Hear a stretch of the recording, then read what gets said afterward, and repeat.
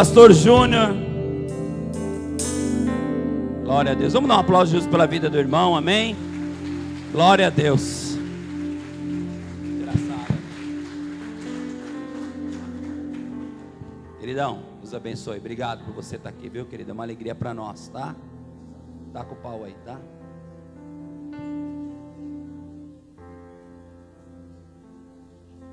Glória a Deus. Graça e paz a todos. Boa noite. É um privilégio e um prazer poder estar entre os irmãos nessa casa e nessa noite juntos podermos adorar o nome do nosso Pai. Para quem não nos conhece, nós nos chamamos Nilson Júnior. Nilson Júnior porque nome de pregador tem que ter 2 nomes. É que se for só Júnior, fica muito fraquinho. Aí nós nos chamamos Nilson Júnior, que é o nome do nosso pai. Somos de uma cidade chamada Itajaí, Santa Catarina. Fizemos parte de uma plataforma de trabalho chamada Mevan. E junto com um grupo de irmãos nos últimos anos, a partir da nossa cidade, nós estamos trabalhando para cooperar com aquilo que o nosso pai está fazendo. Entendemos que não é sobre nós, mas é sobre o que Ele está construindo. E somos parte e queremos ser parte daquilo que Ele está construindo. Por isso é bom demais estar entre os irmãos, estar na família dos que creem, tendo a oportunidade de comunicar das Escrituras. Eu não sou um pregador convencional, até a minha cara denuncia isso. Eu tenho essa cara estranha assim, mas eu sou um cara crente, não se preocupa. Meu tempo de loucura, de maluquice já acabou, já faz alguns anos. E eu não me intitulo como um pregador. Nós só temos um sentimento, e é sobre um sentimento que nós caminhamos. Nós procuramos comunicar o nosso coração. Falamos a partir daquilo que estamos vendo o nosso Pai edificar e construir. E somos repetitivos às vezes, muitas vezes. Repetimos as mesmas coisas, porque entendemos que de alguma forma ainda não tomamos a forma, não temos a expressão que fomos chamados para ter, e por causa disso continuamos falando das mesmas coisas, para que possamos assumir o que fomos chamados. Fica à vontade, toma teu lugar. Então, sempre que nós temos a oportunidade de estar numa cidade, em algum lugar, nós só temos um sentimento e um desejo, que é compartilhar aquilo que nós estamos vendo. E aquilo que nós estamos vendo e ouvindo da parte do nosso Pai, por meio do seu Espírito, nos últimos anos tem consumido a nossa vida. Nós estamos totalmente comprometidos, envolvidos com aquilo que cremos, porque entendemos que o reino de Deus é como Yeshua quando ensina seus discípulos, em Mateus, ele vai dizer, Mateus 13:44, ele vai dizer que o reino de Deus é semelhante a um homem que achou um campo de grande valor, que se alegrou, escondeu aquele campo por um tempo, depois foi, vendeu tudo que tinha e comprou aquele campo. E nesses últimos anos nós temos aprendido que a maneira que eu emprego a minha vida no reino de Deus vai determinar o valor que Ele tem para mim. Então a maneira que eu emprego a minha vida no reino determina o quanto Ele tem de valor para a minha vida. E não por soberba e nem por orgulho, mas nos últimos anos nós estamos procurando entregar tudo que a gente tem. Entregar tudo que a gente tem não é vender as nossas coisas e trazer o dinheiro na plataforma, mas é disponibilizar toda a nossa vida e tudo que somos, para que aquilo que o nosso Pai está construindo possa tomar a forma que Ele quer. Entende o que eu estou dizendo? Esse é o nosso sentimento. A base da nossa mensagem não é sobre falar e sobre fazer coisas, mas nos últimos anos nós pensamos que o que vai fazer a diferença não é o quanto nós vamos falar, e nem tampouco o quanto de coisas nós vamos fazer, mas é aquilo que nós estamos nos tornando, a semelhança de quem nós estamos ficando, qual é a nossa natureza. Essa é a base de tudo que nós falamos nesses dias. Nos últimos 5, 6 anos nós caminhamos em cima dessa palavra e desse sentimento. O que vai fazer a diferença não é o quanto eu falo, não é o quanto eu faço, mas é com quem eu estou ficando parecido, a semelhança de quem eu sou, qual é a minha natureza. Porque na nossa jornada cristã, na nossa caminhada evangélica, a gente descobre que eu posso fazer coisas muito parecidas com a que Yeshua fez e não ter a natureza dele, e nem ser semelhante a ele. Eu posso falar, reproduzir as mesmas coisas que ele falou, e também não ter a mesma natureza e não ser semelhante a ele. E o apóstolo Paulo, ele entende isso, ele escreve aos Romanos dizendo que aqueles que conheceram, aqueles que de antemão conheceram, ele determinou, ele predestinou para que se tornem a imagem e a semelhança do primogênito. Yeshua era o único, o unigênito, por isso a Bíblia diz que Deus amou o mundo de tal maneira, e deu o seu unigênito, seu único filho, o único daquela espécie. Ele era o unigênito que se tornou o primeiro de uma família, o modelo perfeito de tudo que nós precisamos ter. E na nossa caminhada, na nossa jornada, a gente vai caminhando e os dias vão passando e a gente percebe que não é sobre falar e não é sobre fazer, mas é ter a mesma natureza que ele tem e ser a sua imagem e a sua semelhança, porque é isso o propósito eterno do nosso Pai. O nosso Deus é um Pai, e o nosso Pai tem um propósito eterno, e o propósito eterno do nosso Pai é que nós nos tornamos uma família de muitos filhos, semelhante ao nosso irmão mais velho. Essa é a vontade de Deus, esse é o propósito de Deus, isso é ser igreja, é se tornar a imagem do nosso irmão mais velho. E sabe, nesses dias eu tenho sido encorajado, porque durante muitos anos a religião, ela roubou a imagem, a característica original daquilo que Jesus, que Yeshua é, que o nosso Messias é. E por causa disso, em muitos momentos, e para muitos de nós até hoje, a gente não consegue se tornar a sua imagem e a sua semelhança, porque a gente não tem uma imagem verdadeira do que Ele é. Nos apresentaram uma imagem distorcida de um Cristo descaracterizado. Mas o que me encoraja é que nos últimos anos eu estou vendo Ele se mostrando, Ele se revelando assim como Ele é. É como se os céus estão desencortinados e Ele está revelando a sua glória e a sua face, para que a gente saia daquilo que chamamos de sistema religioso e possa literalmente se transformar na família dos que creem no seu nome, a sua imagem e a sua semelhança. E o propósito de nos tornarmos a semelhança dele, que o nosso Pai deseja, é porque Ele deixou um modelo de um estilo de vida enquanto homem na terra. Ele viveu por um período na terra, e tudo que Ele fez, tudo que Ele construiu, toda a sua movimentação, nunca foi por causa dele, foi por causa do Pai. E sempre que questionavam ou iriam interrogar Ele por aquilo que Ele falava e por aquilo que Ele fazia, a resposta dele sempre foi a mesma: eu só faço o que eu estou vendo o meu Pai fazer, e eu só falo aquilo que eu ouvi o meu Pai falar. E Ele deixou um modelo para a gente caminhar, para nos tornarmos a sua imagem e a sua semelhança.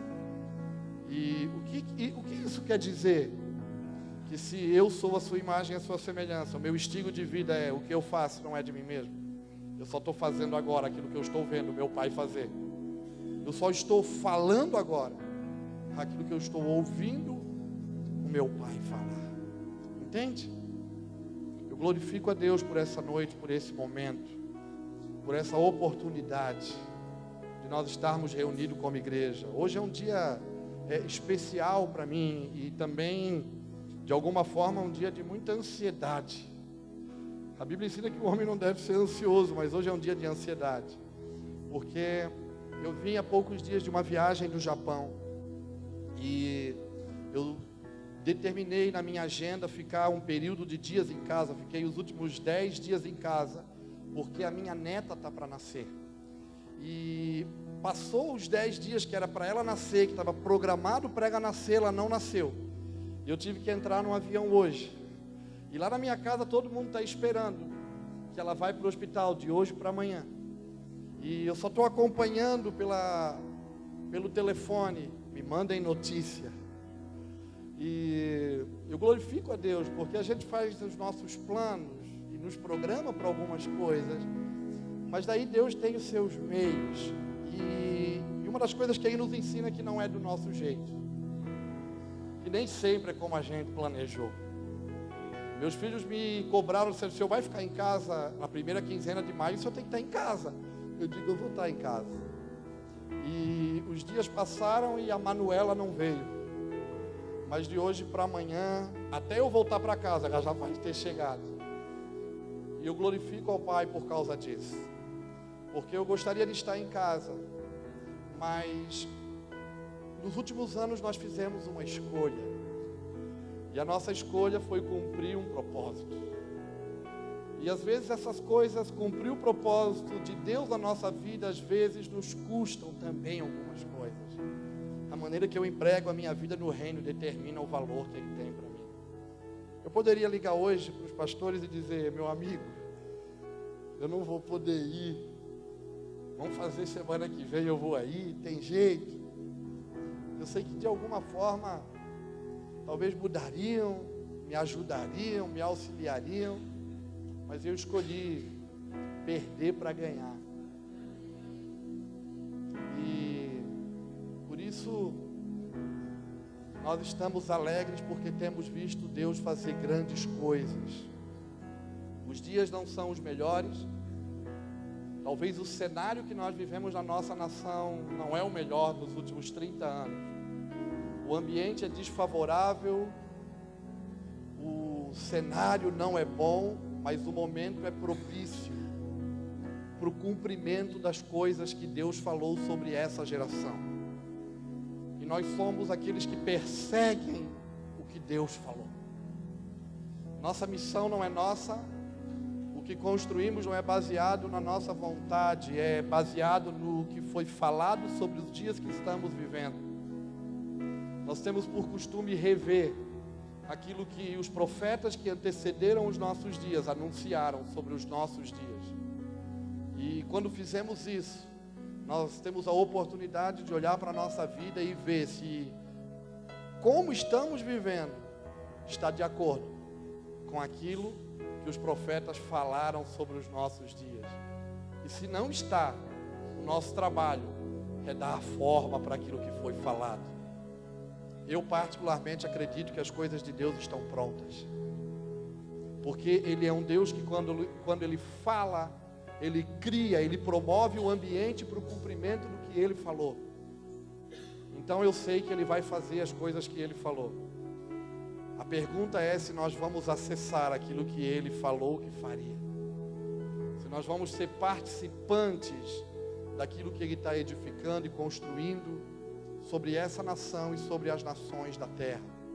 Não tem a ver com salvação, não é sobre ser salvo, mas é sobre trabalhar para a edificação de um reino, para que seja aqui na terra como no céu. E nós somos perseguidores daquilo que Ele falou. Sabemos que Ele disse sobre esses dias, sobre o Brasil: o ambiente não é o melhor, parece que está tudo em desordem. Os últimos 2 anos foram anos de crise. Um país que não tem governo, onde as casas de lei estão em briga, legislativo, executivo e judiciário já faz algum tempo que não se entendem. Um dia o cara está sentado na cadeira de juiz, no outro dia ele está na cadeira do réu sendo condenado. No dia ele está condenando, no outro dia ele está sendo preso. Parece que as coisas estão de ponta cabeça. Mas é diante desse cenário que nós estamos vendo Deus criar o ambiente para a igreja dele se mostrar. É diante desse cenário totalmente desfavorável que nós estamos percebendo que o momento é propício para o cumprimento daquilo que Ele falou. Estão comigo aqui? Acreditam nisso? Eu creio. Nós temos 10 anos para trabalhar. Nos próximos 10 anos, Deus vai mover coisas sobrenaturais sobre algumas regiões do Brasil e sobre aqueles que quiserem tomar a forma do que Ele está fazendo. O que isso implica? Vai exigir de nós um posicionamento correto. O que isso quer dizer? Não é do nosso jeito. E o que isso traz sobre a minha vida? Responsabilidade e maturidade. Talvez nunca houve um momento como o nosso que a igreja precisasse se tornar madura, não de palavras, mas de atitudes.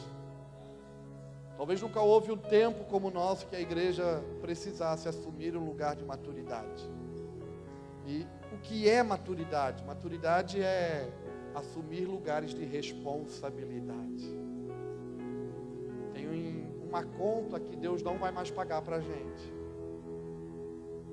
Tem umas coisas que Ele não vai mais promover, porque Ele já fez. Mas Ele está esperando o nosso posicionamento. Por isso, que ao mesmo tempo que nós estamos encorajados, nós estamos sendo desafiados. Porque o que nos trouxe até aqui não é suficiente para nos levar adiante. Há 1 ano e meio, quase 2 anos atrás, o Senhor nos falou a respeito disso. Ele disse: olha, o que trouxe vocês até aqui serviu, não se muda os marcos antigos, mas não é mais suficiente para conduzir vocês para os lugares que vocês precisam herdar nos próximos anos. O que isso quer dizer? A visão que nos tirou do Egito, o lugar que nos limitava, não é a mesma visão que vai nos introduzir em Canaã, o lugar que nós precisamos estar. A forma que nós saímos do Egito, na configuração que nós saímos, não é a mesma configuração que vai nos introduzir em Canaã, o lugar da promessa, o lugar onde nós precisamos estar. E sabe o que eu tenho ouvido nesses dias do Senhor? A palavra de ordem é: entra e toma posse da terra. Como nos dias de Josué, entra e toma posse da terra. Agora, nos dias de Josué, antes de acessar Canaã, para um novo tempo, existe uma nova configuração, porque dentro de cada estação, existe uma forma que a gente tem que se vestir. Nós estamos deixando o outono, não é? Entrando no inverno, o clima não está mudando, a gente já teve que mexer no guarda-roupa. Desde o início desse ano, em nenhuma viagem minha, eu coloquei blusa na mala. Mas quando eu fui fazer a mala ontem à noite, eu fui no aplicativo sobre o tempo e digitei lá, Ribeirão Pires, Mauá. Os 2 lugares que eu ia estar, e estava dando à noite 18 graus, 17 graus. Eu digo, tem que levar blusa. Por quê? Porque a estação está mudando, e à medida que a estação muda, vai exigir também de mim uma vestimenta diferente. Para cada estação, a gente se veste adequado a ela, não é assim? Como é que a gente anda no calor do verão? Chinelo, camiseta, não é assim? Bermuda.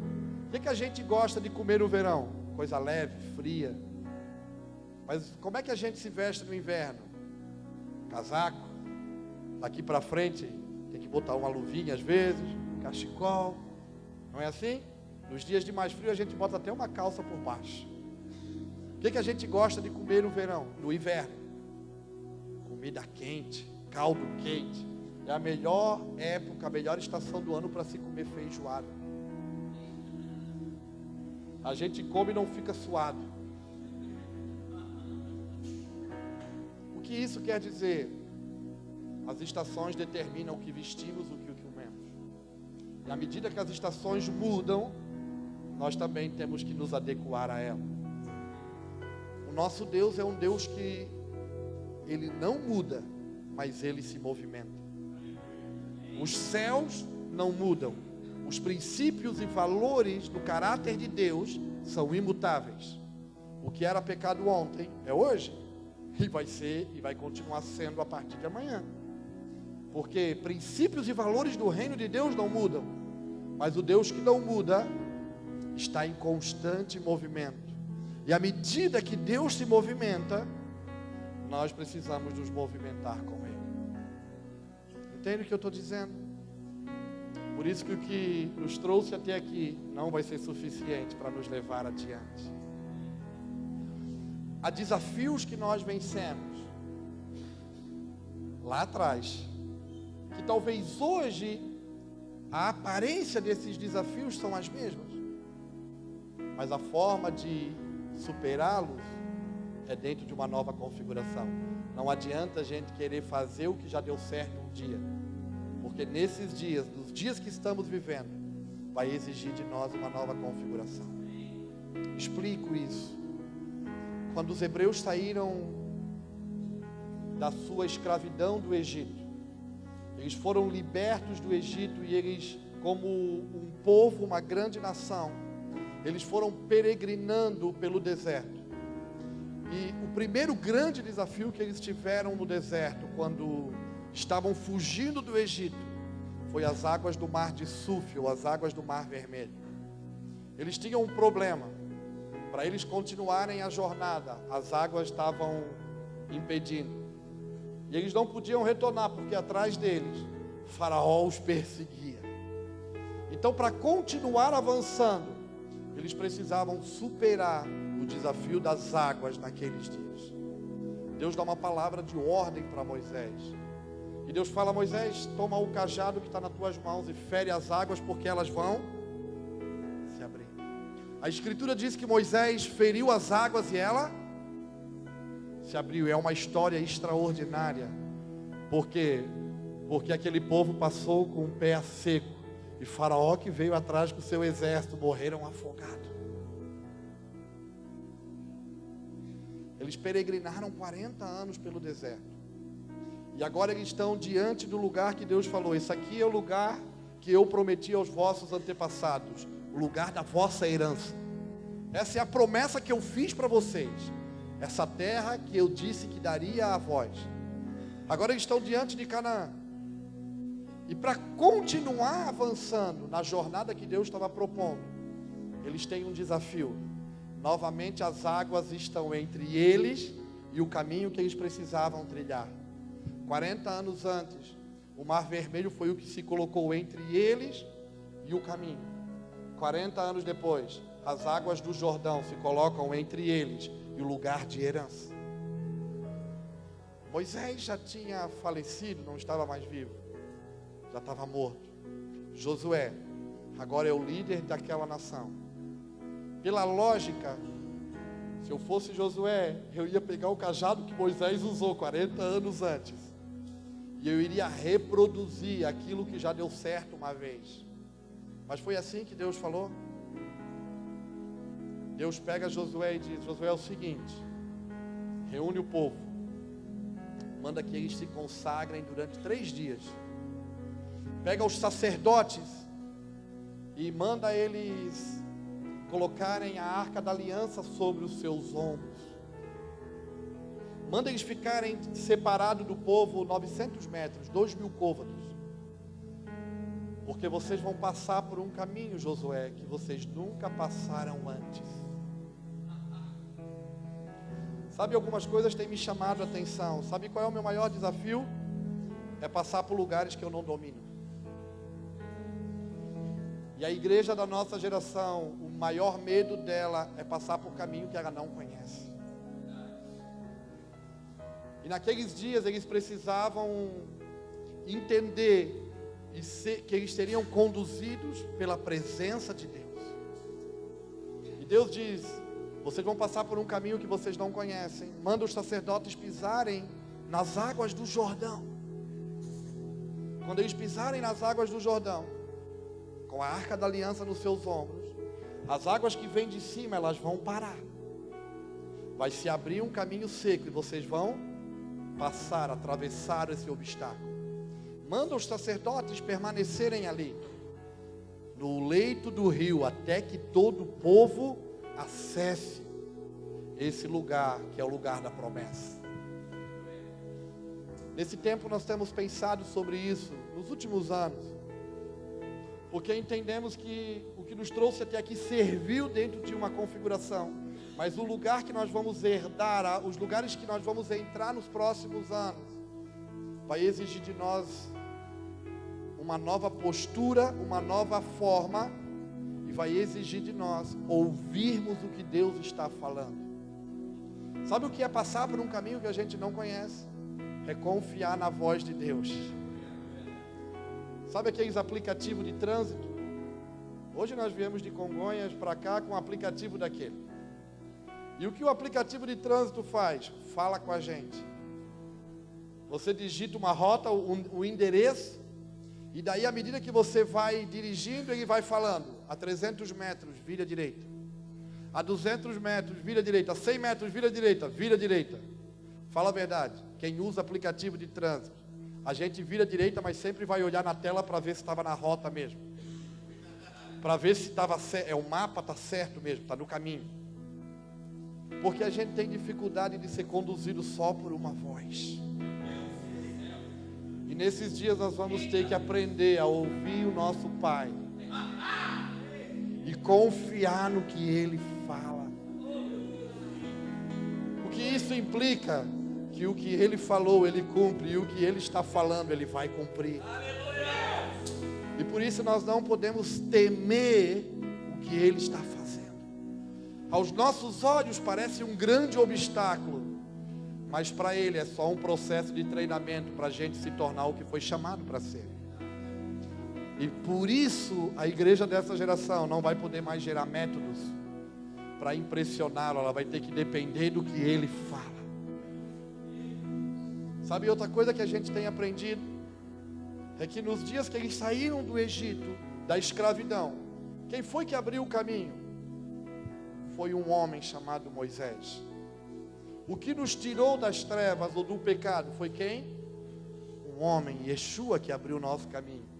Mas agora, para acessar Canaã, não é só sobre um homem, porque o caminho já foi aberto, mas é sobre agora um corpo em movimento. Porque Josué diz para os sacerdotes: coloquem a arca da aliança sobre os seus ombros.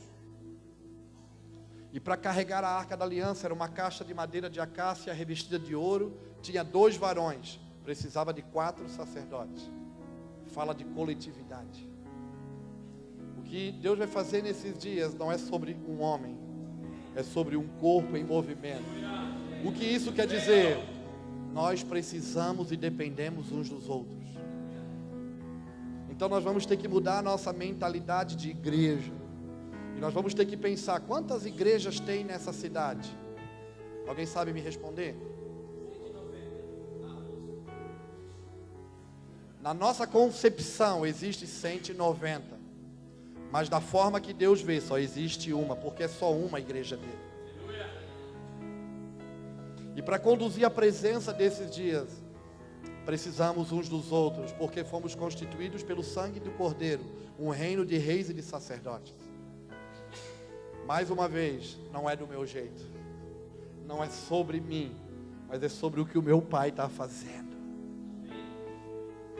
Por isso que a palavra de ordem é: entra e toma posse da terra, Josué. Eu tenho acreditado nessas coisas nesses dias. Por isso eu tenho buscado tentar, me esforçado muito, é difícil, parar para ouvir o que Ele fala. Sabe Lucas 10, 38? A Escritura fala que Yeshua chega na casa de uma mulher chamada Marta em Betânia. Betânia era o lugar dos seus amigos. E a Escritura diz que Marta, ela estava o quê? Como é que ela estava? Inquieta, incomodada, atarefada com muitas coisas. Mas a Escritura diz que Maria, ela sentou aos seus pés e ela ouvia o que Ele tinha a dizer. Em um determinado momento, a Bíblia diz que Marta, inquieta, incomodada, vai para Ele e diz: o Senhor não se importa? O Senhor não está vendo que a minha irmã não me ajuda? Qual é a maneira que Ele trata com Marta naquele dia? Marta, Marta, sua cabeçona. Cabeçona é por minha conta. Marta, Marta, tu estás inquieta, incomodada com muitas coisas, mas Maria escolheu aquilo que é essencial. O que Maria estava fazendo? Estava o quê? Ouvindo o que ele tinha a dizer. E ele diz, ela escolheu a melhor parte. E isso não vai ser tirado dela. Quando eu ouço ou leio um texto desse, qual é o meu pensamento às vezes? Eu não preciso fazer mais nada, não é assim? Eu vou parar tudo, não preciso fazer mais nada, vou sentar aqui, ó. Nós só vamos chapar o cabeção. Vão ficar aqui, está tudo 10. Não era isso que ele está querendo dizer. O que ele estava querendo dizer para Marta é: Marta, não faça nada sem antes me ouvir primeiro. Quantos aqui já fizeram coisas e tiveram que voltar pelo caminho para consertar o que começaram a fazer, porque não ouviram o que Deus estava falando? Quantos de nós, na nossa jornada, nós tivemos que parar o que estávamos fazendo? Porque a gente parou, olhou para trás e disse: Deus não mandou eu fazer isso, eu vou ter que consertar uma decisão que foi minha. Mas fala a verdade, todas as vezes que Ele mandou fazer, deu errado. Deu errado. O que eu quero dizer? Que esses dias nós precisamos parar para ouvir o que Ele está falando. Porque não é sobre muitas coisas que vamos fazer, é sobre uma coisa que nós vamos trabalhar. E o que Ele está trabalhando na nossa geração é para edificação da sua casa. Ele está trabalhando para uma construção, para que a gente tome a forma do que Ele deseja. Porque de muitas coisas que nós vimos como igreja, eu confesso que para mim, a maior parte dela não é igreja. Está mais no contexto daquilo que nós gostaríamos que fosse, do que aquilo que realmente é. Sabe o Sermão do Monte? Mateus 5. Eu sempre imaginei Yeshua em cima de um monte, uma multidão na frente dele e ele pregando para uma multidão. Nos filmes passam assim, não é assim? Sempre ele está em cima de um monte, aí tem uma multidão na frente dele, um aglomerado de pessoas, e ele está falando à multidão. Mas Mateus 5 vai dizer que, vendo Yeshua a multidão, subiu no monte, assentou-se e aproximou dele os seus discípulos, e ele começou a ensinar. Para quem que ele ensinou? Para quem? Para aqueles que se aproximaram dele para ouvir o que ele estava falando. Na minha mente eu sempre imaginei, na minha cabeça, por causa até das imagens que a gente tem, sempre foi Yeshua pregando para uma grande multidão. Mas a Escritura diz que, vendo ele a multidão, subiu, sentou-se e aproximou dele os seus discípulos. Então ele começou a ensinar. Ele ensina para aqueles que têm a disposição de se aproximar para ouvir o que ele fala. Entende o que eu estou falando? Por quê? Porque quando ouvimos o que ele fala, nós vamos tomar a forma do que ele deseja. E mais uma vez eu volto a repetir, não é do nosso jeito. Não é como a gente pensa ou acredita ou achava que era. O modelo de ser igreja ainda está nas Escrituras.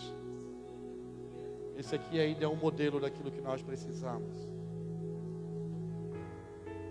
Eu acredito que nos próximos anos nós vamos ter uma diferença, uma separação daquilo que é a igreja do nosso Messias e daquilo que é a igreja dos homens. Entendendo que a igreja é uma só, mas existe algo que é dos homens porque é os homens que construíram, mas existe algo que é do Messias porque foi fundamentado por ele. E sabe, eu tenho aprendido que as duas formas se utilizam da Escritura, tanto para se movimentar quanto para se relacionar. A sua base de fé é as Escrituras.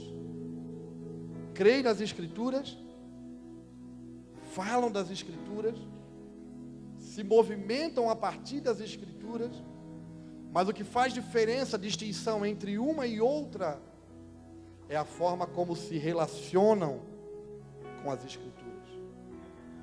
Explico. A igreja dos homens, que é construída por eles, pega as Escrituras e adequa as Escrituras à sua vontade própria.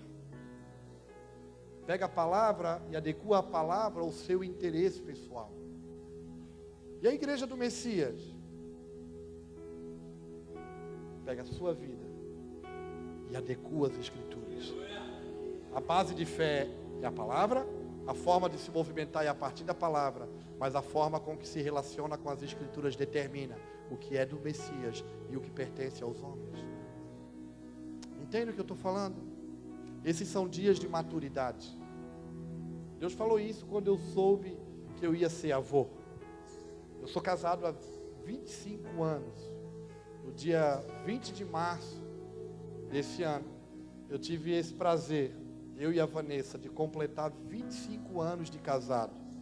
Casamos ainda menino. Não é o modelo correto. Deu certo lá em casa pela bondade e misericórdia de Deus e porque Deus me deu uma mulher que é uma joia rara. Porque eu fui um cara muito errado.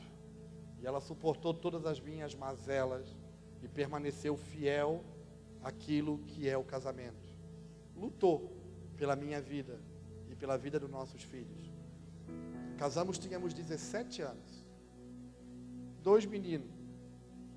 Hoje eu tenho filho bem mais velho do que isso. E eu ainda trato eles como meninos. Fruto do nosso casamento, nós temos 4 filhos. A minha esposa é o maior dom da vida dela. Eu acho que é o dom da mulher, é ser mãe e ser esposa. Ela é aquela, sabe, a verdadeira dona de casa. A mulher que foi chamada para cuidar da casa, é o mundo dela. A mulher que gosta de passar roupa, lavar roupa. Liga a máquina do domingo lá em casa, a máquina de lavar roupa liga. Eu levo ela para passear, ela passeia, 3 horas depois ela olha para mim e diz, vamos para casa. É o mundo dela, é a casa. E nosso filho mais velho casou o ano passado. Em janeiro do ano passado a gente teve esse privilégio. Outro privilégio, prazer na vida de um pai é poder abençoar o matrimônio de um filho. Que sensação extraordinária é você poder profetizar na vida do seu filho e dar destino para ele. E o ano passado, em 17 de janeiro, eu tive esse prazer de poder profetizar na vida do meu primogênito e abençoar para ele iniciar o casamento dele. Tenho uma filha, a única mulher lá de casa, graças a Deus, uma filha de 23 anos. Esse meu filho casado chama Jonathan, tem 25 anos agora, fez agora em maio. Minha filha tem 23, tenho outro filho de 20, e tenho um menino, um moleque lá em casa de 6 anos, chamado Davi. Quando o meu filho mais jovem tinha 13 anos, Deus nos deu ele. E sabe quando você pensa que já sabe tudo? Você acha que já domina muita coisa? Aí Deus vai ensinar e mostrar para você que você ainda não sabe nada, ou quase nada. E quando eu já tinha 3 filhos, eu achei que eu era expert, experiente em paternidade. Já tinha filhos tudo crescidos, desenvolvidos, jovem, adolescente. Mas há 6 anos atrás, Deus nos deu um filho para nos ensinar que nós ainda precisávamos aprender com ele. E eu digo por alguns lugares que eu passo que quando o meu filho nasceu, o Senhor nos deu uma palavra naqueles dias. Naqueles dias ele disse que Davi, é o nome dele, que Davi ele iria organizar o que estava desorganizado na nossa vida. E ele iria desorganizar aquilo que tinha uma falsa aparência de organização na nossa vida. E eu confesso que Davi, ele fez isso na minha vida, na minha casa. Ele nos ensinou aquilo que a gente achou que sabia.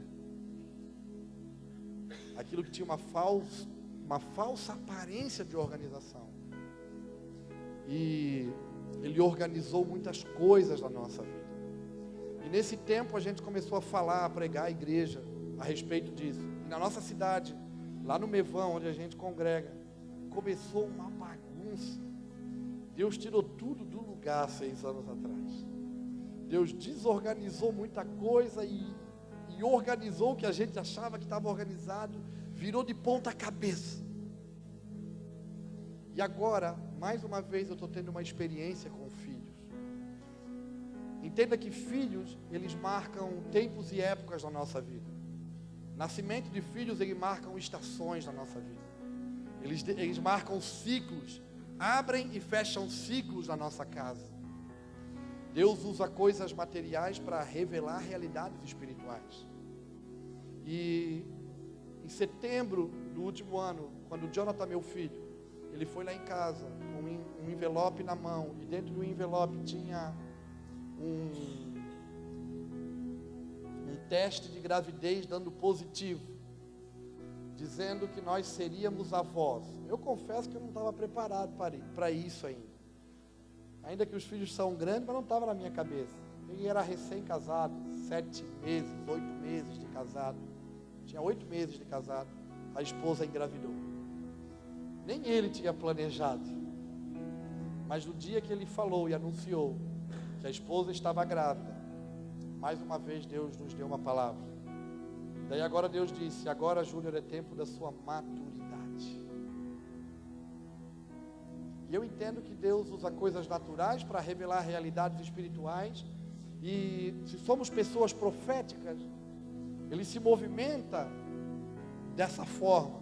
Quando a gente olha para a Escritura e vê os profetas, a gente vê Deus revelando o que ele estava sentindo por meio de situações específicas. Em um determinado momento ele diz para Ezequiel: pega a tua mobília, faz um buraco no muro da cidade, à luz do dia, e sai aos olhos de todo mundo, porque é assim que Israel vai ser levado para o cativeiro. Deus manda o profeta encarnar uma mensagem, uma palavra, para revelar o que ele ia fazer com a cidade de Jerusalém. Com Oséias, ele manda casar com uma prostituta, ter filho com ela, porque ele diz: é o sentimento que eu tenho a respeito de Israel. Então ele diz para o profeta encarnar a mensagem e se tornar a mensagem naqueles dias, para que Israel entendesse o que ele estava sentindo e o que ele ia fazer. E no dia que eu soube que eu ia ser avô, Deus nos falou que é o tempo da nossa maturidade. E eu entendo que esse é o momento da igreja brasileira assumir a sua responsabilidade. E quando eu falo de igreja, eu não estou falando de um prédio, uma estrutura física. Eu estou falando da minha vida e da sua. Eu estou falando do estilo de vida que a gente vai ter que ter. Sabe o que é assumir a responsabilidade? É começar a pagar a conta. Assumir a responsabilidade é entender que o nosso pai, ele pagou a conta até um determinado tempo, mas chega um tempo que para a gente crescer, ele vai dar um passo para trás, e a gente precisa assumir o lugar que ele deseja. Explico. Eu tive experiências com meus filhos acerca disso. 6 meses antes de casar ele, em 2016, os 6 meses que antecediam 2017, eu comecei a ter conversas com ele diferentes, porque ele morou dentro da minha casa há 23 anos, e durante 23 anos, como é comum, os filhos que moram com o pai, quem que paga a conta? Quem paga a conta? Os pais. Quem é que paga a luz? Quem paga a água? Quem vai no mercado? Rapaz, eles não compram nem o papel higiênico que eles usam.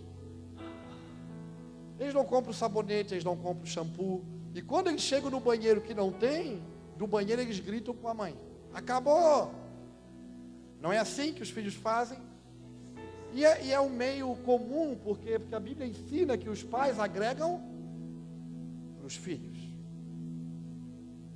E durante anos, 23, ele morou comigo. Ele nunca precisou ir no mercado comprar nada. E sempre que ele chegou meio-dia em casa, a comida estava onde? Na mesa, a fruta na fruteira. Ele abria, pegava o que ele queria na geladeira. E como filho que mora com o pai, eu uso isso de exemplo às vezes. A maioria dos filhos fazem isso. Eles estão no quarto, aí eles ligam a luz do quarto, não é assim? E ligam o rádio, ou deixam algum som ligado dentro do quarto. Aí eles saem e vão assistir TV na sala. Aí eles conseguem deixar ligado lá no quarto e ligar agora a TV na sala, a luz da sala. Aí alguém chama eles lá fora, eles deixam ligado o quarto, deixam ligado a sala e vai lá atender. E ele sai para a rua e não apaga nada. Quem é que veio apagando? A mãe, o pai. Por que ele não apaga? Porque ele nunca pagou a conta de luz. A maioria acha que não precisa nem pagar a conta de luz, que ela nasce sozinha, que ela dá ali por acaso. Porque nunca ele pegou o talão de luz no final do mês e foi lá pagar. Então ele não sabe quanto custa. Não é assim? Tem uns filhos mais organizadinhos, mais cuidadosos, uns que ajudam em casa, mas a grande maioria. Por quê? Porque eles criam uma dependência do pai e da mãe, não é assim? Chega em casa, joga o tênis no canto e diz: amanhã limpa que eu vou sair com ele amanhã. Quando vai no guarda-roupa pegar a roupa que não está lavada: mãe, a camisa, cadê? É assim também na sua casa às vezes?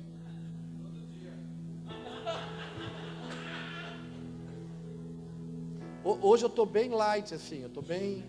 Eu vou ser avô, eu estou tranquilo hoje. Eu vou falar mais por... Eu estou falando por parábolas hoje, para ficar mais legal assim.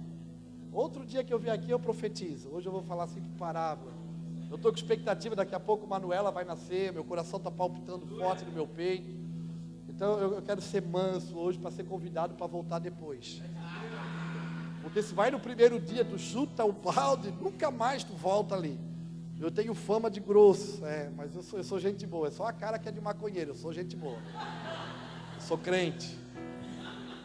Sabe, é sério, há 13 anos atrás eu tinha a cara de crente, era sem vergonha. Sério, às vezes eu botava... Não sou contra terno, eu uso terno também, tá? Mas eu metia terno, gravata, cabelinho com gel. Rapaz, pensa num bicho safado. À toa. Sem vergonha. E eu tinha cara de crente e era sem vergonha. Hoje eu tenho cara de sem vergonha e sou crente. Tenho cara de maconheiro, mas estou aprendendo a ser crente. É só a cara que assusta um pouco. Mas vai convivendo, vai conversando, vai quebrando o gelo.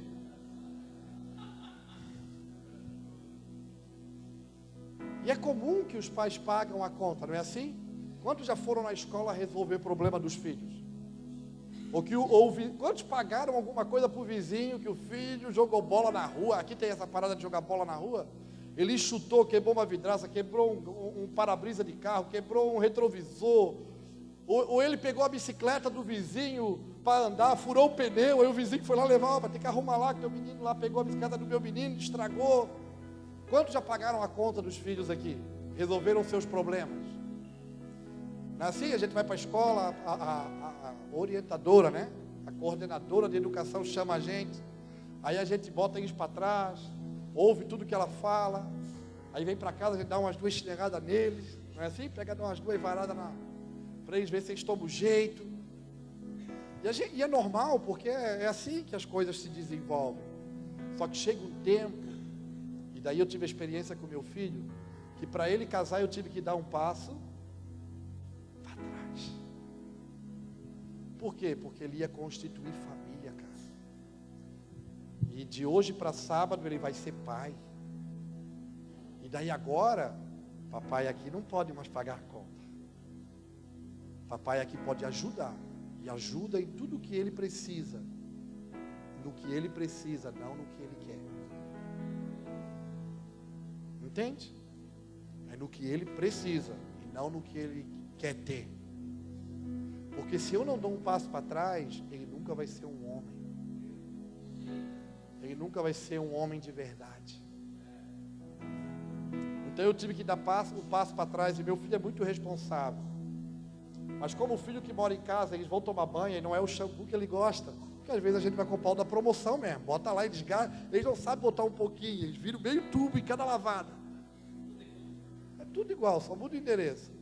Aí às vezes não é o que ele gosta, ele reclama: não dá para comprar o outro? E daí agora ele casou. Não mudou o meu amor por ele. Não mudou o meu exercício de misericórdia. Não mudou o meu cuidado pelo meu filho. Mas para que ele cresça, eu preciso dar um passo para trás, porque senão ele nunca vai amadurecer e ser responsável.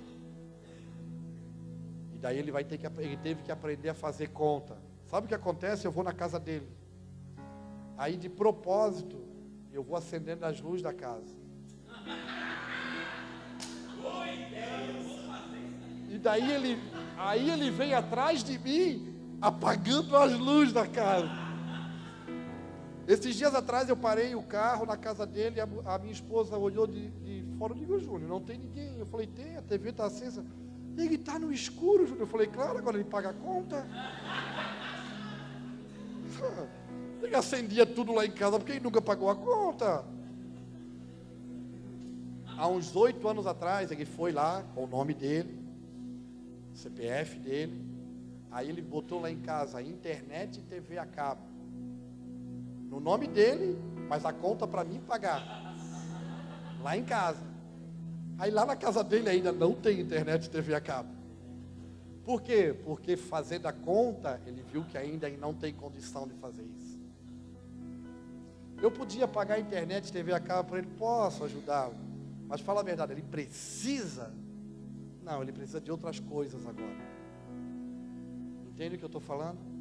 Estou falando em parábolas aqui para a gente aprender como a igreja vai precisar ser madura. Tem uma conta que Deus não vai mais pagar para a gente. Sabe por que o Brasil está assim?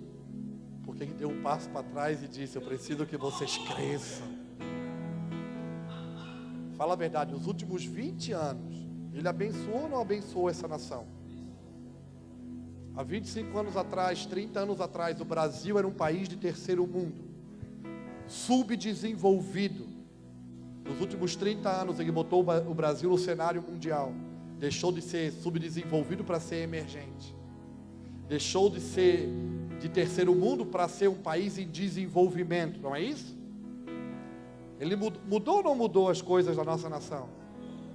Ele deu condição, ele promoveu, ele abençoou, facilitou a vida do brasileiro ou não facilitou? Facilitou. Eu não estou nem falando de programas políticos, de questões políticas, econômicas. Eu estou falando do cenário que foi provocado por ele. Por quê? Porque ele falou que essa nação seria um celeiro de missões. Porque ele disse que essa nação, há 40 anos atrás, ele falou que o Brasil tocaria povos, tribos e línguas. Ele falou que o Brasil tocaria outras nações. Agora, um país de terceiro mundo pode sustentar outras nações? Não. Aí ele cria o ambiente para o país de terceiro mundo ser um país emergente, promove a igreja desse país, que era um grupo pequeno de pessoas à margem da sociedade há 30 anos atrás, não é assim? Meus avós eram crentes. A gente tinha vergonha de dizer, eu nunca fui crente agora depois de velho. Mas quando era pequeno tinha vergonha de dizer que o vô era crente. Porque crente era conhecido como gente ignorante de pouco estudo. 30, 40 anos atrás. Era um grupo pequeno de pessoas à margem da sociedade. Aí ele pegou e promoveu a nação. Junto com a nação ele promoveu quem? A igreja da nação. Ele deu para ela status, colocou ela na mídia. Hoje ela está nos meios políticos. Hoje a igreja tem acesso a muitos lugares que ela nunca teve. E tudo isso ele provocou para quê? Para que ela se tornasse a palavra que ele disse. Ele disse que essa nação se tornaria um celeiro de missões. Agora vamos falar a verdade? A gente construiu altares para ele nas nações? Construiu? Não. A igreja brasileira fez torre para ela na nação. Em vez de levantar altares nas nações, ela fez uma torre na nação. Aí o que ele fez nos últimos 2, 3 anos? Deu um passo para trás. Para a gente amadurecer. Para a gente crescer. Por quê? Porque as nações esperam pelo Brasil. A igreja brasileira é a mais organizada do mundo? Não. É a mais responsável? Não. É a mais comprometida? Não. Mas ela tem algo que as nações precisam nesses dias. Ela carrega uma chama para incendiar outros povos, tribos e línguas. Ela carrega uma chama e as nações precisam da chama que o Brasil carrega. Mas sabe, A gente está tão preocupado com a nossa vida, não é? Não é assim? Com aquilo que nos falta, com o que nós não temos. O reino de Deus é semelhante a um homem que encontrou um terreno de grande valor. Vende tudo que tem e compra, adquire aquele campo. Estão entendendo o que eu estou querendo dizer? Por que eu estou falando isso? Hoje a gente está aqui numa conversa, é um bate-papo de irmão para irmão. Uma conversa de crente. Não dá para chamar de pregação e nem de culto. Porque é um culto a Deus, mas é uma forma de conversar entre irmãos. Porque às vezes, já viu que a gente às vezes sai chapado das reuniões, mas sem entender nada do que Deus está fazendo? Eu sou chapado, eu gosto de pirar o cabeção, fico doido, mas sabe que esse é um tempo de sobriedade? Não é de embriaguez. Porque é um tempo da gente refletir sobre o que Ele está fazendo. Sobre a gente assumir responsabilidade. As coisas para o Brasil estão prontas. O que precisa é a igreja brasileira acessar o que está pronto. E tomar a forma daquilo que está pronto. Nos próximos anos, Deus vai derramar tanta graça sobre essa nação, sobre aqueles que se posicionarem. Essa é uma geração onde os pais e os filhos vão trabalhar juntos. Porque essa é a história da Escritura. Sabe que a Bíblia, que história que a Bíblia é? A história de um pai e de um filho que trabalham juntos. Essa é toda a história da Bíblia, é um pai e um filho trabalhando juntos para uma construção. E nos nossos dias nós acreditamos que Deus está criando um ambiente.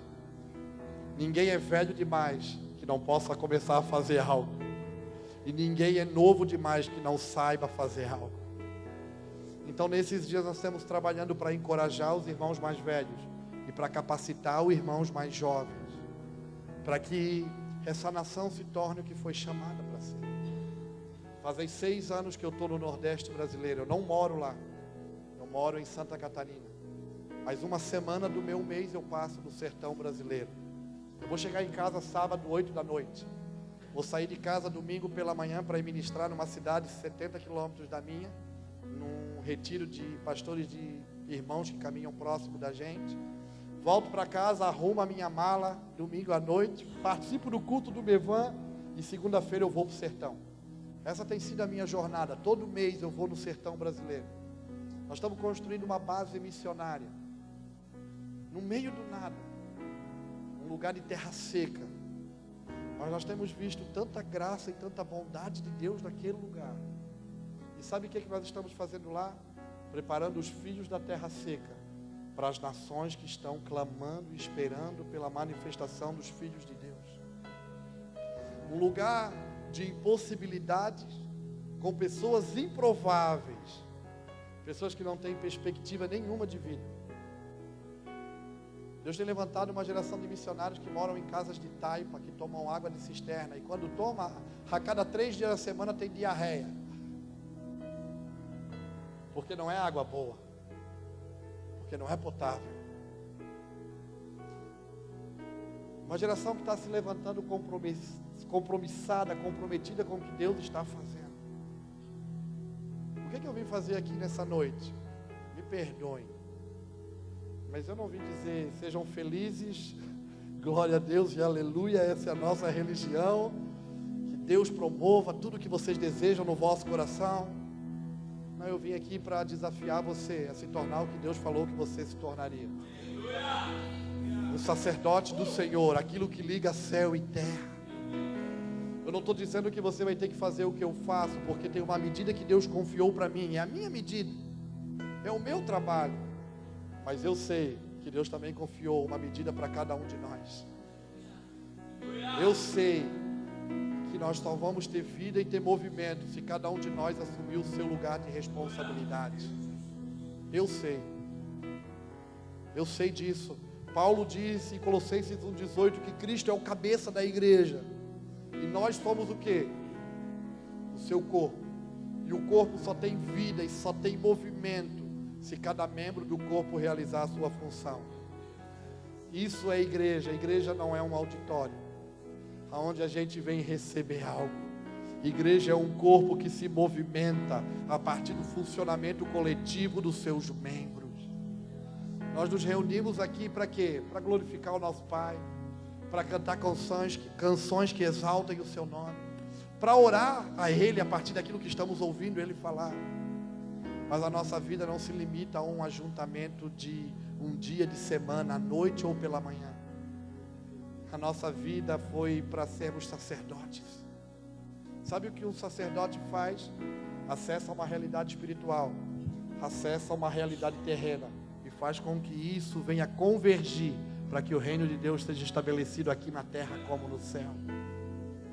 Você pode me dizer, Júnior, você não me conhece, mas eu não tenho capacidade. Uau, bem-vindo ao clube dos improváveis.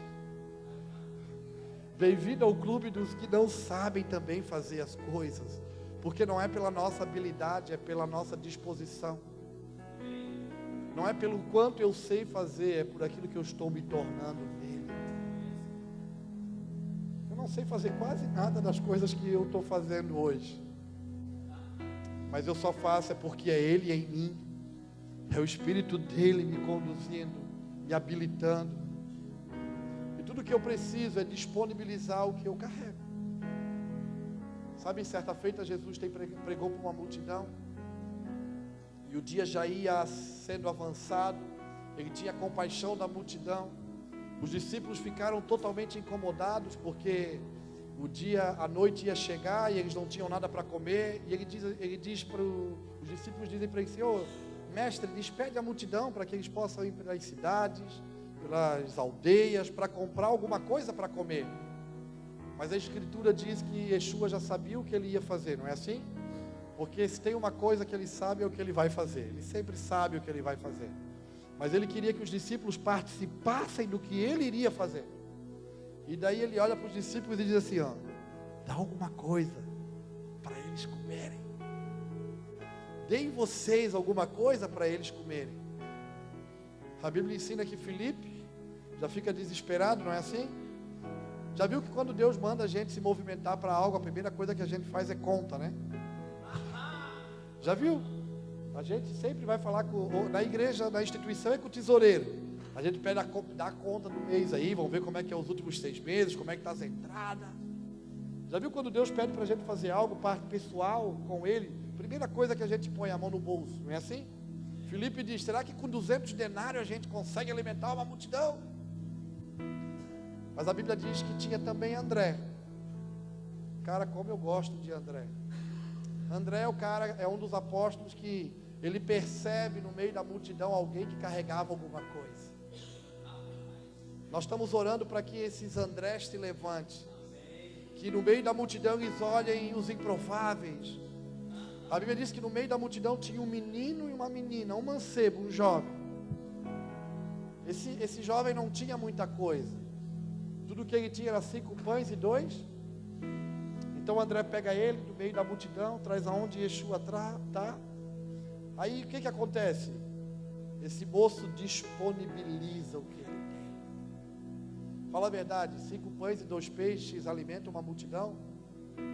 Na nossa matemática não, mas na mão do Senhor é o suficiente. Na nossa matemática as coisas nunca vão dar. Os números nunca vão fechar, porque a gente tem medo. Mas na mão do Senhor é o suficiente. Sabe, eu conheço alguns que num cenário desse, lá em Itajaí, é uma cidade peixeira, de beira de mar, e a gente diz: farinha pouca, meu pirão primeiro. Tem uns que eu conheço que se tiver 5 pães e 2 peixes, no meio de uma multidão com fome, o cara trouxe o lanche de casa, tem uma galera com fome, eu vou repartir nada, vou procurar um arbusto, me esconder aqui e vou comer sozinho. Mas eu também conheço homens nesses dias, uma geração nesses dias que está pegando o que não tem e dizendo: Senhor, usa-me. Senhor, eu disponibilizo. E a Bíblia diz que Yeshua pega nas suas mãos 5 pães e 2 peixes. Aí ele levanta o pão. E como é que ele ora ao Pai? Multiplica? Como ele faz? Graças te dou. Uma das coisas que essa geração vai ter que aprender é agradecer por aquilo que tem. A nossa oração é errada, a gente ora, Deus multiplica, Senhor, para ver se eu posso fazer. E a gente só tem que dizer, Deus, eu te agradeço por aquilo que tu já me confiou. Porque o que tu me confiou é o suficiente para aquilo que eu preciso fazer. Entende o que eu estou falando? O que eu quero dizer? Eu quero dizer que para Deus não há nada impossível que Ele não possa realizar. E a Bíblia diz que Ele deu graças ao Pai, partiu o pão, depois de ter juntado eles de 50 em 50, porque as coisas de Deus estão organizadas. E Yeshua começa a repartir. Ele partiu e reparte. À medida que Ele reparte, multiplica-se. E toda uma multidão se alimentou naquele dia. O que eu quero dizer nessa noite? Que nós não temos como colocar mais obstáculos para não fazermos algumas coisas. Sabe aquela desculpa? Eu não sei, eu não consigo, eu não posso. Bem-vindo ao clube dos improváveis. Eu também não sei, eu também não consigo, eu também não posso. Mas se eu, junto com você, junto com eles, disponibilizar o que Ele nos confiou, nós vamos poder ver não só a cidade, mas essa nação transformada. E nós vamos ver as nações transformadas. Entende isso? Eu quero encorajar você nesses dias a trazer à sua memória aquilo que Deus falou. Quantos já ouviram alguma palavra de Deus, que Deus um dia parou por meio de alguém, ou por meio de sonho, ou por meio de visão, parou na sua frente e disse: você vai ser isso? Alguém já ouviu essas palavras? Alguém já recebeu de Deus uma direção? Faz uma revisão do que Deus já falou. Olha para o que Deus já disse. Sabe por que eu estou no Nordeste brasileiro há 6 anos? Ele não falou para mim especificamente, vai para o Nordeste. Eu ouvi ele dizer que ele iria promover uma colheita no Nordeste. Sabe o que eu fiz? Eu não quero ficar de fora daquilo que o meu pai vai fazer. Porque se o meu pai trabalha até agora, eu também trabalho. Se meu pai está envolvido em algo, eu quero me envolver naquilo que ele está envolvido. Um cara cheio de limitação, como sou até hoje. Eu comecei a ir para o Nordeste brasileiro. Nós não tínhamos nada. Eu lembro que as primeiras passagens, eu tinha que juntar moeda para comprar. Eu vou todo mês. E hoje eu pago passagem para muita gente. Para muita gente. Por quê? Porque Ele é fiel no que Ele diz. O pastor Sandro estava dando testemunho na hora da oferta. Eu falo muito pouco a respeito de coisas financeiras. E testemunho até muito pouco a respeito da obra que a gente faz às vezes. Porque eu também me preocupo de nada se tornar uma vitrine. Da gente não usurpar o que Deus faz para promover o nosso nome. Tenho zelo e cuidado com isso. Mas ele estava falando a respeito de algo que a gente fez lá atrás. E hoje a gente consegue ajudar de um lugar pobre. Uma comunidade de 1.100 habitantes, a maior parte das casas são de taipa. A gente está construindo um centro comunitário, uma base de missões lá. A gente consegue ajudar a Europa, África. O último ano ajudamos a construir uma base no Peru, China. Deus fez passar coisas lá por dentro, para que a gente pudesse ajudar outras nações. Aquilo, Isaías 35:1 diz que o deserto e a terra seca florescerão, e o ermo se alegrará. Nós estamos vendo um lugar totalmente improvável, totalmente sem possibilidade, florescer, por causa de uma palavra. Nós só buscamos viver o que Ele disse. Eu tenho provado de coisas extraordinárias lá. Não tem nada, tem pó, não tem saneamento básico. Tu vai lá, é cabra andando, é porco solto, é jegue berrando pelo caminho. O cenário não é bonito, mas tem uma beleza naquele lugar, que de todos os lugares que eu vou, em vários lugares Deus permite a gente ir. Eu já fui em tanto lugar tão bonito, mas o lugar só tem beleza de fato se Deus estiver lá. E aquele lugar eu tenho visto tanto de Deus, com coisas tão simples. Tenho visto crianças de 10, 7, 8, 9 anos, todos os dias dobrando o seu joelho e dizendo: Deus nos dá as nações.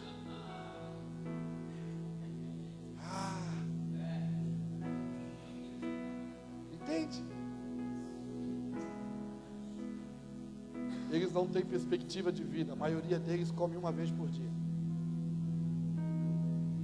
A maioria deles não tem banheiro dentro de casa. Mas eles ouviram nós falar que Deus falou que o Brasil seria um celeiro de missões. Aí eu vou lá, tem um menino que diz: pastor, Deus já disse para onde é que eu vou? Afeganistão. Ele tem 10 anos, cara.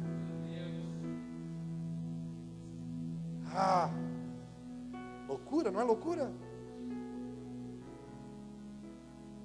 Por que eu estou falando isso? Porque às vezes a gente tem tanto. Se movimenta tão pouco. Às vezes as coisas estão tão disponíveis para a gente, cara, e a gente não atravessa a rua para mudar a história da vida de alguém. Eu não quero trazer peso para ninguém não, tá bom? Mas eu não posso ser negligente com aquilo que eu tenho visto o Senhor fazer nessa nação.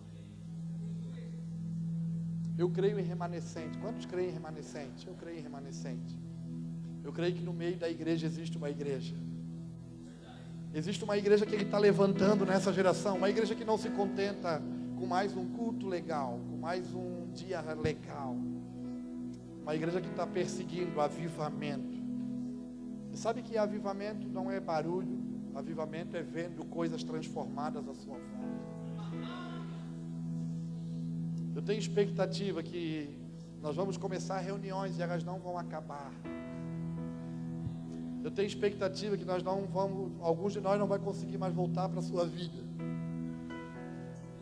Pelo derramar e movimento do Espírito. Eu creio naquilo que Deus falou sobre o Brasil, sobre a nação brasileira. Eu creio que a hora do Brasil chegou. Dentro de um cenário desfavorável, desconfortável, em meio à crise. Por quê? Porque Ele deu dinheiro para a gente não fez como era para fazer. E agora nós vamos fazer com a moeda da viúva. Porque ninguém vai poder dizer, foi eu que fiz. Sabe? Agora é nesses lugares de impossibilidade, as pessoas improváveis, Ele vai fazer, cara. Ele é Deus. Ele é Deus. A pergunta é para os pais: o que nós vamos deixar para os nossos filhos de herança? Eu tenho pensado sobre isso. Daqui a pouco eu vou ser avô. E a filha do meu filho também é minha filha. Na Bíblia não existe o termo avô. Só existe pai. No inglês não existe o termo avô. Só grandfather. O grande pai. E eu sei que o que nasce dos meus filhos também nasce dos meus lombos. E a minha maior preocupação é que tipo de missão e qual é o legado que eu estou deixando para eles. Porque eles são a continuidade de tudo que Deus falou sobre os meus dias. Entende? Eu tenho falado disso nesses dias, sobre legado, sobre continuidade. Não existe nada novo debaixo do céu. O que há de ser já foi, o que é também já foi. As coisas são contínuas. É uma geração fazendo menção da outra geração. Mas vamos ser sinceros, na nossa geração alguns modelos precisam ser refeitos, restaurados. Nós temos um desafio, pais: preparar o lugar para os nossos filhos profetizarem e se desenvolverem. Joel diz que nos últimos dias nossos filhos e as nossas filhas vão profetizar. Nossos jovens vão ter visões e nossos velhos sonhos. Como pai, meu maior trabalho é criar um lugar seguro para eles se desenvolverem. Alguns me chamam de profeta. Hoje eu estou de pastor, eu vim vestido de pastor hoje. Hoje eu deixei a roupa de profeta em casa. Não vim de pelo de camelo e nem comendo mel e gafanhoto. Alguns nos chamam de profeta e sabe, meu maior trabalho não é eu profetizar, mas é criar um lugar para que os meus filhos profetizem. Porque eles são a continuação das coisas que Deus falou. Por isso, pais, nós temos um trabalho nesse tempo. E filhos também têm um trabalho nesse tempo. Vocês não vão fazer nada novo. Não removam os marcos antigos. Só vão dar continuidade àquilo que já foi dito. Numa nova configuração, de um formato talvez diferente, contextualizado. mas é a continuidade das coisas que Deus já falou sobre o Brasil, sobre as nações e sobre o que Ele vai fazer. Eu glorifico a Deus pelos lugares que eu tenho ido nesse tempo. Esse tempo eu não tenho preocupado em pregar bonito, sabe, em falar bonito, em ser eloquente, porque a gente cria habilidades e eu sei ser eloquente. Mas eu tenho me preocupado em viver bonito. E como isso está sendo desafiador para a gente. Quando Deus falou para a gente há 1 ano e meio atrás que o que nos trouxe até aqui, eu atrapalho o cara do som, ele passa trabalho comigo. Mas faz parte, é tudo ao vivo, né? Faz parte. Quando Deus falou que o que nos trouxe até aqui não é suficiente para nos levar adiante, lá para nós em Itajaí, quantos conhecem o Ministério Mevan aqui? A palavra que Deus nos deu nos últimos anos foi uma palavra de denúncia. Nós passamos 10 anos derrubando coisa que nós víamos pela frente, sentando a lenha, brigando, derrubando coisa.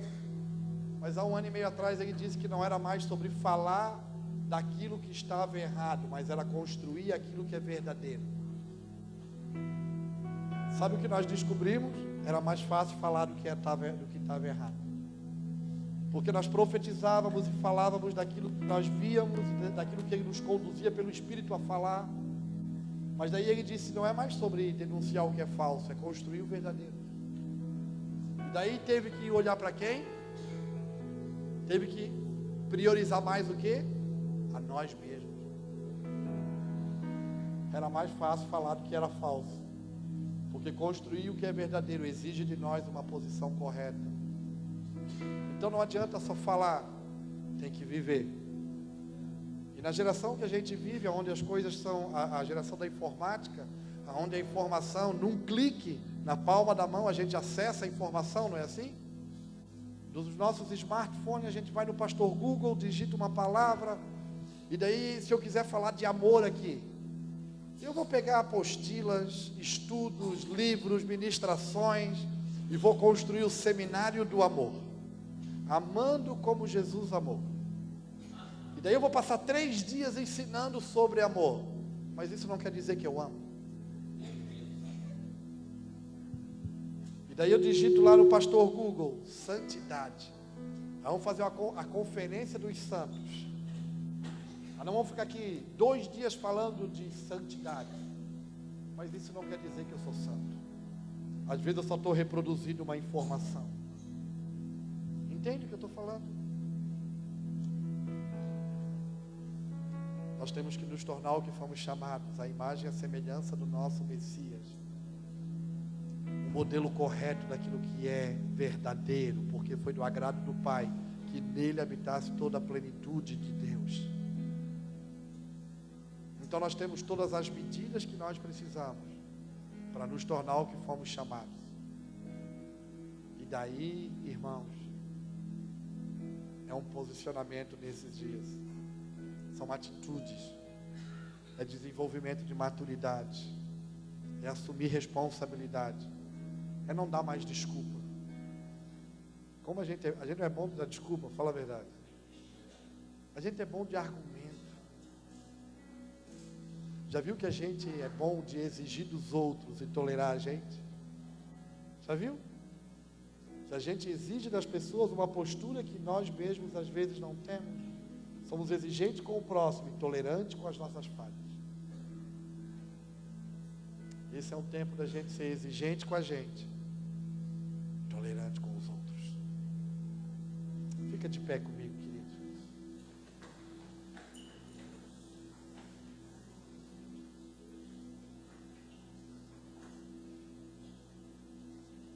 Talvez essa noite a gente esperava uma pregação mais uau. É mais chapação. Mas esse é um tempo de sobriedade. É um tempo de refletir, pensar.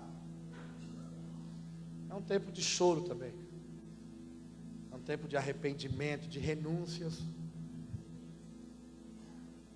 Sabe, a vida com Deus é maravilhosa, irmãos. Eu não troco por nada o que eu vivo. Eu não troco por nada. Mas a vida com Deus no reino dele, nesses dias, é aprender a perder tudo todo dia. E ter a convicção que Ele é suficiente para dar tudo de novo todo dia. A vida com Deus nesses dias, a vida do reino, é a vida de aprender a pagar a conta. No nosso meio não tem mais que ter discussão. Quem tem a razão? Não. Vamos escolher perder. Não importa quem tem a razão no reino de Deus. O que importa é o que é necessário ser feito. Já aviso que a maior parte da nossa vida, as frustrações, decepções, é a gente brigando por coisas que nem sentido tem, que não valem a pena. Aleluia. Eu estou vivendo aqueles dias assim, que eu sei que Deus está trabalhando em mim, mas eu quero ser esticado para aquilo que eu fui chamado. Eu quero me tornar o que Ele disse. Eu quero que meus filhos herdem o que Ele falou. Sabe, e nós nunca vamos vencer a Deus, porque quanto mais a gente se posiciona para perder, mais parece que Ele nos dá. Quanto mais a gente renuncia, mais Ele se faz presente. Não tenha medo de andar no extremo de Deus. Nós vivemos a geração que antecede a volta de Jesus. E a Escritura diz que a vinda do Filho do Homem será como nos dias de Noé. Então vai ter um tipo de pessoa na terra. E se vai ser como nos dias de Noé, vai também exigir um tipo de pessoa na terra. Vai ter um tipo de pessoa na terra distraída, que come, que bebe, que faz festa. Um tipo de pessoa que faz aliança, quebra alianças. Mas também vai ter um tipo de pessoa semelhante a Noé, que se gasta e se deixa gastar para construir algo que Deus pediu segundo as medidas que Ele deu. Então nós não estamos falando só de ser salvo em Cristo, mas é de participar do maior momento de tudo que os profetas falaram. A volta do Messias, o estabelecimento do reino e da plenitude de Deus na terra por meio do seu Filho, o governo de Cristo sobre todas as coisas e sobre tudo. E às vezes a falta de compreensão do futuro, do dia do Senhor, não nos permite ter um posicionamento correto no presente. Entende o que eu estou falando? Não é tempo de distrações, não é tempo de festa. Yeshua diz que os homens estariam comendo e bebendo quando Ele voltar. Você acha que Ele está falando de comida? Quem precisa comer e beber aqui para viver? Todos nós. Mas Ele está falando de um tipo de pessoa que vive para satisfação pessoal, que só vive em busca do seu próprio prazer.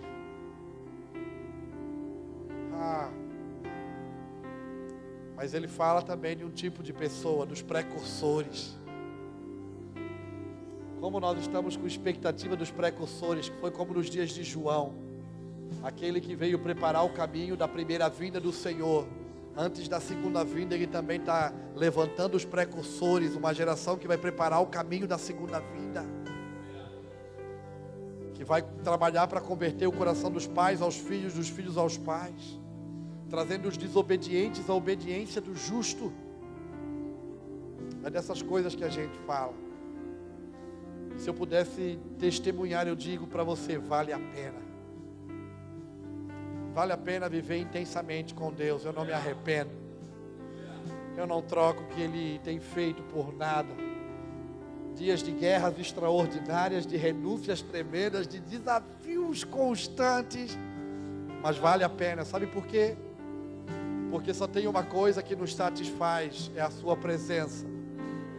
E todos os dias ela se faz presente em nós, por meio do seu Espírito. Entende o que eu estou dizendo? Vamos ser aquilo que o Pai falou. a igreja desses dias. Uma igreja que os seus ajuntamentos não é para receber bênção, mas é para profetizar. Que os seus encontros é para provocar o ambiente de justiça. E sabe por que a gente não se preocupa em receber bênçãos? Porque em Cristo Jesus Ele diz que nós já somos abençoados. Então eu não preciso vir atrás de algo que eu já sou. Eu não preciso trabalhar para ter algo que Ele já me deu. Entende? Eu só preciso estar me desenvolvendo no que Ele está fazendo. Queria ter um momento de oração, uma palavra de oração, para que a gente possa sair dessa noite pensando. Alguns de nós aqui vão ter que voltar para casa e aprender a apagar a luz. Estou falando por parábolas. Alguns de nós vão ter que aprender a parar de reclamar do que nos falta e começar a agradecer por aquilo que tem.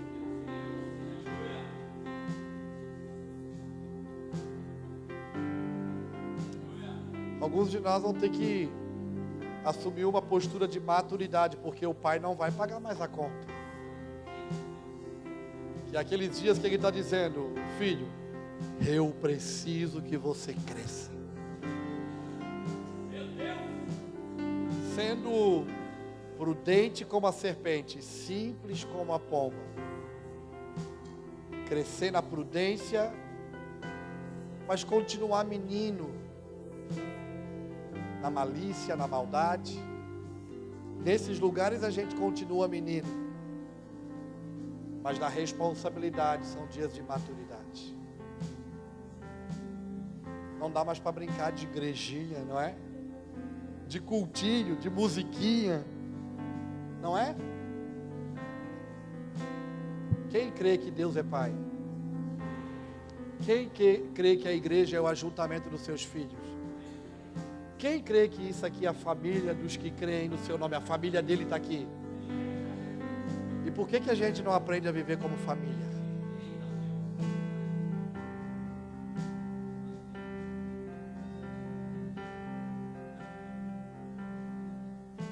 Entende? Coisa é simples, né? O evangelho é muito mais simples do que a gente pensa. Às vezes a gente está em busca da grande revelação, não é? Que é aquela grande revelação. Não. Sabe o que é profundo no evangelho? O que é simples. O que é simples no evangelho é profundo. Esse eu acho que é o nosso tempo, é o nosso momento. Eu tenho falado por onde eu vou: Brasil, tua hora é chegada. Agora eu também não posso ser negligente e dizer: continua do jeito que está, que chegou a hora e está tudo bem assim. Não, nós vamos ter que nos esforçar um pouco. Nós vamos ter que arregaçar as mangas e dizer: conta comigo, Pai. Conta comigo, Pai. Conta comigo. E agora nem dar desculpa a gente pode. Porque se só tinha 5 pães e 2 peixes, é o suficiente. Aquilo que você achou que só saciava a sua necessidade, na mão dele é o suficiente para mudar a história de uma multidão, para alimentar uma cidade, para transformar uma cidade. Porque não tem nada que seja difícil demais para ele fazer. Eu estou trabalhando para deixar um legado para os meus filhos. Eu não estou pensando em morrer agora não. A não ser se o Senhor tem um propósito disso para a minha vida. Mas tem uma das frases de um missionário que morreu na década de 50, um americano que morreu no Equador, entre os Aucas, um homem chamado Jim Elliot. Ele foi com a sua família para o Equador, para o meio da floresta, e foi para evangelizar uma tribo de índios. Foi morto, esquartejado. E depois da sua morte, sua esposa, seus filhos, deram continuidade à missão que ele foi fazer. Isso foi na década de 50. E uma frase que ele diz tem sido um balizador na minha vida. Ele dizia assim, que ao chegar o dia da nossa morte, que nós não tenhamos mais nada para fazer, a não ser morrer. Isso quer dizer que não importa se é com 20, se é com 30, se é com 40, se é com 50 ou com 100 anos que nós vamos partir. Mas que a chegar o nosso dia, que nós não tenhamos mais nada para fazer, que nós possamos ter cumprido o propósito daquilo que o Senhor nos chamou, que nós possamos cumprir com aquilo que Ele nos confiou. Esse é o meu sentimento para esses dias. Parece meio coisa de maluco, não é? Às vezes eu penso que eu deixei as drogas há muitos anos atrás, mas eu penso que às vezes eu estou alucinado. Paulo, quando falava ao rei Agripa, a Festo também, eles disseram: Paulo, as muitas letras te fazem delirar, Paulo. Eles também achavam que Paulo delirava, estava alucinado. Porque quando eu olho para o que está escrito, e quando eu revejo o que os profetas disseram, e quando eu ouço que o Espírito está movendo, eu também fico alucinado. Porque eu sei que as coisas estão se cumprindo, que o ambiente está sendo construído. Eu acredito em milagre, cara. Eu acredito na verdade do Evangelho. Eu acredito no Espírito Santo. Eu acredito na volta do Messias. Eu acredito num reino que a partir de Jerusalém Ele vai governar todas as coisas durante 1000 anos. Eu acredito no que a Bíblia diz. Eu acredito que um homem com cajado na mão abriu um mar, e mais de 5 milhões de pessoas passaram com o pé seco. Eu acredito que 5 pães e 2 peixes alimentam uma multidão. Eu acredito. Entende? Eu acredito que o morto pode voltar a viver, que o cego pode voltar a enxergar, que o coxo pode voltar a andar. Eu acredito, porque eu acredito no que Ele disse. Eu acredito na Sua palavra. E tudo que eu quero é construir um lugar em mim para que Ele possa se revelar de verdade. Porque Ele não habita em templos feitos pela mão do homem. Ele habita na minha vida e na sua. Tudo que eu quero é satisfazer a vontade do meu Pai. É cumprir o que Ele me pediu. Eu não sei fazer quase nada ainda, cheio de dúvidas. Às vezes eu sou carregado de medo. Tem dia que eu não quero nem sair da cama. Mas não tem um dia que o Espírito não encoraja e não diz: vamos, caminhamos mais uma milha, vamos. Vamos, ainda não terminou, ainda não findou. Vamos. O que eu vim dizer essa noite é: vamos. Nós ainda temos uma milha para trilhar, uma jornada para caminhar. Vamos. As coisas ainda não terminaram, é só o início. Vamos. Se nós nos colocarmos nele, como Ele deseja, nós vamos ver coisas extraordinárias. Eu não estou falando de coisas místicas. Eu estou falando de coisas palpáveis, concretas e verdadeiras. Vamos orar? Quantos creem nessa palavra? Que bom. Que bom. Que bom ver a igreja do estado de São Paulo sendo movimentada nesse tempo. Talvez um dos lugares do Brasil onde tem maior número de igreja por metro quadrado. São Paulo e Rio de Janeiro. Chegou a hora da igreja de São Paulo mudar a história de São Paulo. Chegou a hora da igreja de São Paulo mudar as estatísticas de São Paulo. Chegou a hora da igreja de São Paulo mudar ambientes, transformar ambientes. E igreja não é aquela placa que fica lá do lado de fora. Eu nem sei como é que é o nome daqui. Fonte de avivamento. Igreja não é a placa que fica lá do lado de fora. Igreja é um corpo que se reúne aqui do lado de dentro. E o que vai transformar e mudar os ambientes é esse corpo que se reúne aqui do lado de dentro. Vamos orar? Quero orar junto com você nessa noite, para que o Pai nos posicione, que o Pai ilumine o nosso entendimento, que Ele ilumine o nosso interior, que Ele revele sobre nós a sua vontade, que Ele cumpra em nós o seu propósito, que Ele encontre em nós o lugar para se revelar,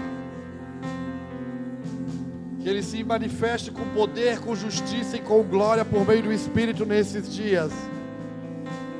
Shokotorobalabache karabalarabasharia. Shotiokotolorobacharabalabalabai. Tem algo brotando nesses dias no Brasil. Tem algo nascendo sobre essa nação. Diante de um cenário desfavorável, de desconforto. Mas tem algo sendo provocado pelo Espírito. E nós queremos entrar naquilo que Ele está fazendo. Nós queremos acessar aquilo que Ele está fazendo. Queremos nos mover no que Ele está fazendo. Por isso, Pai, nós oramos essa noite sobre aqueles que se reúnem nessa casa, nesse lugar, durante esse dia, nesse momento de louvor e adoração ao Teu nome, por meio do Teu Filho, Pai, através do Teu Espírito. Cumpra em nós a Tua vontade, estabelece em nós o Teu querer, faz em nós aquilo que Tu tem desejado. Manifesta a Tua glória, manifesta o Teu poder, Pai. Ajuda-nos a nos tornar o que fomos chamados. Auxilia-nos nas nossas fraquezas, nas nossas necessidades. Não tem nada, Pai, que Tu não possas fazer ou realizar. Sim, Senhor, não tem nada que não esteja ao Teu alcance. Nessa noite, Pai, nós oramos, declaramos vida aqui, Pai, vida aqui. Volta a trazer esperança para aquele que está desesperançoso. Volta a trazer vida para aquele que não tem pensado sobre isso, essas coisas desse tempo. Reposiciona-nos, Pai. Ajuda-nos, ajuda-nos. Estende a Tua mão, Senhor, estende a Tua mão. Estende a Tua graça. Tira os nossos medos para fora. Eu tiro os Seus medos para fora. Aquilo que nos impede, Senhor, de Te ver. Aquilo que nos impede de nos posicionar. Aquilo que nos impede de avançar. Tira os medos para fora. Os medos. As intimidações das trevas. Vamos, Senhor, ilumina o nosso entendimento. Ilumina o nosso interior.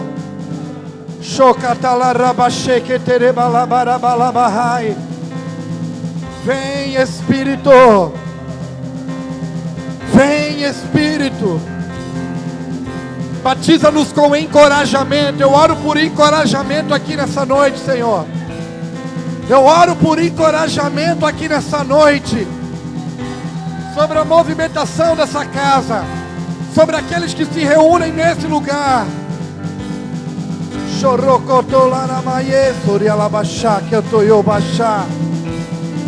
Nós oramos por encorajamento. Tira os medos para fora. Tira os medos para fora. Tira os medos para fora, Pai. Reveste-nos com autoridade. Reveste-nos com autoridade nesses dias.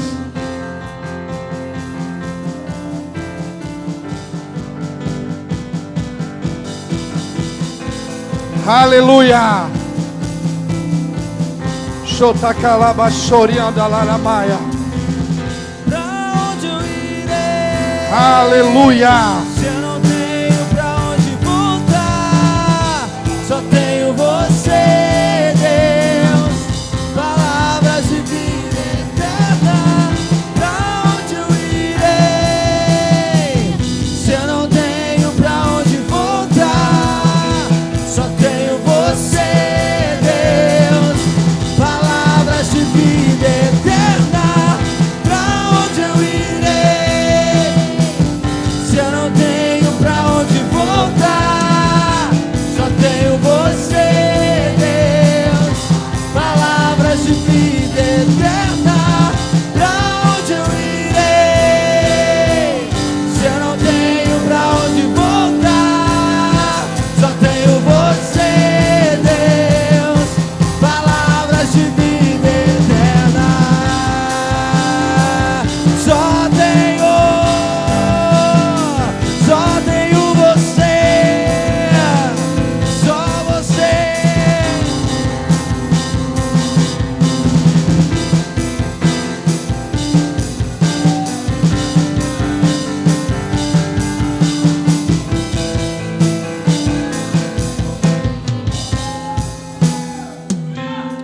Obrigado, Pai, por aquilo que Tu tem proporcionado nos nossos dias, pela Tua presença gloriosa e por Tua bondade para com a nossa vida, Pai. Obrigado por nos fortalecer, por nos auxiliar, por nos dar direção nesse tempo, Pai. No nome de Yeshua, Pai, nós Te agradecemos por meio do Teu Filho e através do Teu Espírito. Nós Te agradecemos, Senhor. Aleluia. Aleluia. Aleluia. Sabe, às vezes quando eu volto para casa, aí meu filho me liga e ele diz: vem tomar café aqui em casa. E é uma das maiores satisfações que eu tenho como pai. Eu vou na casa dele tomar café, comer o bolo que a esposa dele fez, comer o pão que ele comprou e sentar à mesa que ele está me servindo. Uau! E eu confesso que nem sempre na mesa dele tem as coisas que eu gosto de comer. Mas o que me encoraja, o que me alegra, o que me dá prazer, não é o que eu estou comendo na mesa dele, mas é a disposição dele ter preparado a mesa para mim sentar nela. O que eu quero dizer é que o nosso Pai é simples. E o que impressiona Ele, às vezes, não é o que a gente pode oferecer para Ele, mas é a nossa disposição de querer preparar um lugar e dizer: vem com a gente, senta aqui, esse é o teu lugar, vem aqui comigo. Entende o que eu estou dizendo? É isso que satisfaz o coração de um pai. Não é o quanto o filho pode dar, oferecer alguma coisa, mas é a disposição de ele parar tudo o que está fazendo e dizer: vem cá em casa tomar café comigo. Vem aqui, eu preparei uma mesa hoje para o Senhor. Foi bom estar com vocês essa noite. Sejam abençoados em Cristo Jesus, nosso Senhor. Sejam plenos e cheios do Espírito. Foi um bom bate-papo hoje, uma conversa de crente. Uma conversa de crente. Da gente pensar, da gente olhar para a gente. É um tempo de olhar para a gente. Sabe, rever. Eu tenho por costume rever o que Deus falou. E daí eu olho para como eu estou vivendo, e às vezes eu descubro que o que Ele falou e como eu estou vivendo não está de acordo. E daí eu começo a me adequar ao que Ele falou. Porque eu fui chamado para cumprir propósito, não para dar resultado. Eu não fui chamado para dar resultado, eu fui chamado para viver de propósito. Porque quem trabalha para dar resultado faz coisas que dão certo. Mas quem trabalha por propósito faz o que é necessário. E nós fomos chamados para fazer o que é necessário. E nem sempre no primeiro momento, quando vai fazer algo que é necessário, parece que vai dar certo. Mas lá na frente é o que vai dar estrutura para tudo que vai ser construído. Então o Brasil tem 10 anos de trabalho. Nós vamos construir uma arca. Assim como Noa construiu, nós não temos 100 anos. Nós temos 10 anos para construir algo. E nós não vamos construir porque está chovendo, é porque vai chover. Noé não construiu uma arca porque a terra já estava cheia, porque a terra iria ser cheia. Ele antecipou aquilo que estava para chegar. E nesses dias, a igreja do Brasil está sendo chamada a antecipar um dia que ainda não chegou. Um dia que já é, mas ainda não veio. Mas quando chegar, se a gente antecipar esse dia, nós não vamos ser pegos distraídos, porque vamos estar na forma do que Ele deseja. Sejam abençoados, sejam cheios, tenham suas casas, suas famílias plenas do Cristo. Um prazer, um privilégio estar entre vocês. Pastor Santo.